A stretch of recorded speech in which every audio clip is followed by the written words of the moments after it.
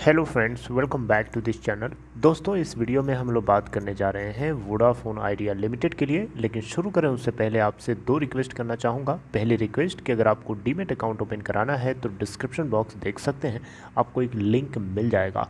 दूसरी रिक्वेस्ट ये रहेगी आपसे कि अगर आप इस चैनल को फर्स्ट टाइम देख रहे हैं तो सब्सक्राइब करके बेल आइकन को ज़रूर से हिट कर लीजिए, ताकि आपको वीडियोज़ की नोटिफिकेशन मिलती रहे और आप सबसे पहले देख पाएंगे। दोस्तों, वोडाफोन आइडिया की हम बात कर रहे हैं। वोडाफोन आइडिया के स्टॉक में क्या हमें देखने को मिला फ्राइडे को, एक बार जल्दी से डिस्कस कर लेते हैं। देखिए, फ्राइडे को ज़्यादा यहाँ पे मोमेंटम हमें दिखाई तो नहीं दिया, लेकिन हाँ फिर भी थोड़ा सा हमें लास्ट सेशन के लास्ट पोर्शन में हमें थोड़ा सा देखने को मिला था। 8.80 की ओपन प्राइस के बाद 8.75 का लो और 9.30 का हाई और 9.05 के ऊपर गिर के बंद हुआ 2.84% की तेज़ी के साथ। 179.03 मिलियन शेयर्स यहाँ पे ट्रेड किए गए। 25.10% डिलीवरी है एनएसई के ऊपर और 62.006 मिलियन शेयर्स ट्रेड किए गए बीएसई पे, जहाँ 19.69% की डिलीवरी है। बहुत ज़्यादा बेरिश है टेक्निकली अगर हम देखें तो डेली बेसिस पे, और इसके अंदर डिलीवरी परसेंटेज कोई ज़्यादा नहीं है। अब ये इसका मतलब बिल्कुल नहीं है कि खबर ऐसी कुछ नहीं थी। देखिए, जब ये स्टॉक ट्रेड हो रहा था फ्राइडे को, उस समय अपडेट नहीं आई थी ये खबर। लेकिन अभी क्या हो रहा है, अभी एक बहुत बड़ी खबर आ रही है। खबर ये है दोस्तों कि अब वोडाफोन आइडिया दूसरे तरीके से फंड को रेस करने वाला है। सबसे पहले आपको हेडिंग दिखाता हूँ। Urgent call, Vodafone Idea seeks to raise up to $3 billion from Apollo Global. देखिए, अपोलो ग्लोबल एक यूएस का एक प्राइवेट इक्विटी ग्रुप है, समझ रहे बात को। तो यहाँ पे वोडाफोन आइडिया लगभग $3 बिलियन का मतलब हुआ 22,400 करोड़ रुपए जो है ये मार्केट से इनसे रेस करेंगे नेक्स्ट 3 मंथ्स के अंदर अंदर, जो कि डेट और इक्विटी दोनों का मिक्सचर होगा। और यहाँ पे बताया जा रहा है कि ये जो अमाउंट है यानी $3 बिलियन यानी 22,400 करोड़ रुपए, ये अमाउंट जो है सिक्योर्ड तरीके से आने वाला है। मतलब क्या हुआ इसका मतलब ये हुआ कि इससे पहले जो कंपनी के मैनेजमेंट जब बात कर रहा था, जैसे कि ओक हिल एडवाइज़र हो गया, समझ रहे हैं, और जितने इस तरीके के जितने फंड इन्फ्यूज़ करने वाली कंपनीज थी जिनसे बात हो रही थी, जिनसे बात को मटेरियलाइज नहीं किया जा सका, वो बेसिकली अनसिक्योर्ड तरीके से फंड रेस करना चाहता था कंपनी, वोडा आइडिया क्या मैनेजमेंट चाहता था बेसिकली। तो यहाँ पे अब क्या हो रहा है, अब जो फंड आने वाला है ये फंड काफ़ी ज़्यादा, ऑलमोस्ट यहाँ बताया जा रहा है कि 100% सिक्योर्ड होगा। यानी अपोलो ग्लोबल जो भी अमाउंट इन्फ्यूज़ करेगा लगभग $3 बिलियन, ये पूरा का पूरा अमाउंट जो है कंपनी यानी वोडा आइडिया सिक्योर्ड करेगी उसको, यानी कॉरपोरेट गारंटी। जी हाँ, यहाँ पे सुनने में ऐसा आया है कि वोडाफोन आइडिया का जो मैनेजमेंट है हो सकता है उसके बदले कॉरपोरेट गारंटी इशू करे, और जिसको लेकर के कुछ जो इंडस्ट्री इनसाइडर्स हैं उनका ये भी मानना है कि शायद बिरला और वोडाफोन यूके जो ग्रुप है ये इस ऑफ़र को शायद अपोज करे यानी विरोध करे। हालांकि ये कुछ इनसाइडर्स का मानना है, लेकिन अपोलो ग्लोबल स्ट्रिंजेंट कन्वीनांस जो है जिसमें कॉरपोरेट गारंटीज़ भी इंक्लूडेड होंगी, शायद वो ऐसा हो सकता है कि सिक्योरिटी के रूप में इनको इशू कर दे।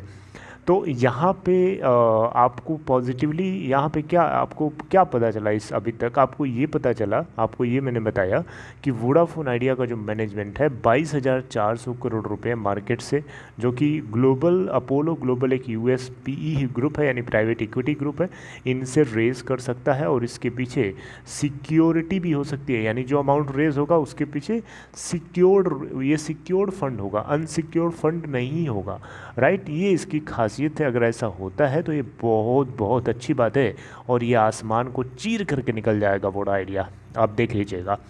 अच्छा, इसी के साथ में और कुछ चीज़ें जुड़ी है, जैसे कि मान लीजिए क्या यहाँ पे आपको पता होना चाहिए वोडाफोन ग्रुप जो है 44.39% होल्ड करता है। 27.66% की होल्डिंग आदित्य बिरला ग्रुप की है और यहाँ पे अपोलो ग्लोबल जो है, ऐसा सुनने में आया है कि वोडाफोन और आइडिया, आदित्य बिरला दोनों लोगों को पुश कर सकता है ताकि ये लोग भी इस कंपनी में कुछ कंपनी में कुछ इक्विटी इन्फ्यूज़ करें, ताकि अपोलो ग्लोबल का जो कॉन्फिडेंस है थोड़ा सा हाई हो। मेरी बात समझ रहे हैं? तो ऐसा अगर होता है तो फिर, और होना भी चाहिए, वोडाफोन आइडिया का मैनेजमेंट अगर अभी भी नहीं तैयार हो रहा है तो फिर कब तैयार होगा, सबसे बड़ा क्वेश्चन है। और मुझे लगता है कि अब इस बार होना चाहिए, क्योंकि इनको कोई मिल नहीं रहा। इसके अलावा एक खबर और है कि 7,400 करोड़ रुपए इनको, या 7,200 करोड़ रुपए, जो भी मोटा मोटा है, इनको और भी मिलने वाले हैं। कहाँ से? ये ब्रॉडबैंड जो इनका आप बिजनेस है उसको, यू ब्रॉडबैंड, उसके अंदर जितने फाइबर हैं कि इन सभी चीज़ों को, जो एसेट्स हैं, इन सभी चीज़ों को ये लीज पे ले सकते हैं, और जिससे इनको 7,400 करोड़ रुपए का अमाउंट जो है, लगभग $1 बिलियन, ये यहाँ से भी रेज कर सकते हैं, राइट। इन दोनों के अलावा एक खबर और ये है कि वोडाफोन यहाँ पे एक्सपेक्ट कर रहा है कि भारत सरकार यानी डिपार्टमेंट ऑफ टेलीकम्युनिकेशन अभी जो ड्यू अमाउंट डिमांड कर रहा है उसका जस्ट 50% और कम होगा, यानी 58,400 करोड़ से घट करके सीधे 21,000 करोड़ रुपए के आसपास का अमाउंट यहाँ पे असेसमेंट, सेल्फ असेसमेंट के बाद इनको मिल रहा है। और इनकी उम्मीद है कि सुप्रीम कोर्ट की डायरेक्शंस को फॉलो करते हुए डॉट इस ड्यू अमाउंट को हाफ कर देगा। तो यहाँ से कंपनी में आग नहीं, भूकंप आ जाएगा। जी हाँ, मैं सही बता रहा हूँ, या आपको अगर ये हो गया तो फिर आप देख लीजिएगा, एक कंपनी बहुत ऊपर चली जाएगी, आप तरसते रह जाओगे एक सिंगल शेयर के लिए, और आपको मिलेगा भी नहीं। कंपनी तुरंत प्रॉफिटेबल भी हो जाएगी। तो सबसे बड़ी दिक्कत इसकी है एडजस्टेड ग्रॉस रेवेन्यू के अंदर सेल्फ असेसमेंट को जजमेंट ना देना। ये सुप्रीम कोर्ट की गलती है, क्योंकि सुप्रीम कोर्ट टाइमली जजमेंट नहीं दिया, टाइम को पोस्टपोन करके आगे करता गया, और अभी तक वो पोस्टपोन है, जिसकी वजह से इनकी डिटोरिएशन हो रही है, यानी कंपनी डिटोरिएट हो रही है इस एक फैसले के ना आने के कारण।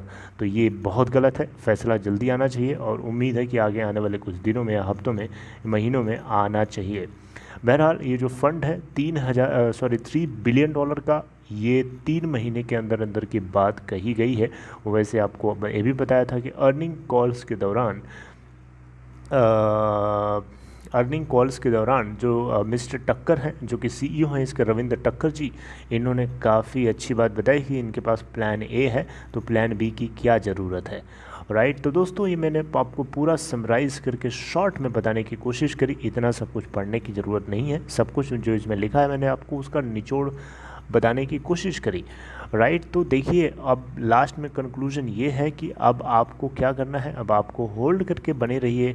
सभी को टेंशन है, सभी को दिक्कत है, ऐसे ऐसे लोग भी फंसे हैं जो 30 रुपये के ऊपर के लेवल्स पे, जिनके शेयर्स फंसे हुए हैं, वो लोग आज कितना दर्द में हैं, कितने भारी दिल के साथ बैठे होंगे, क्या उनके ऊपर गुजर रही होगी, अब वही जानते हैं। और जो इस स्टेज से गुजरा है या गुजर रहा है, वही मेरी बात को फील भी कर सकता है, राइट।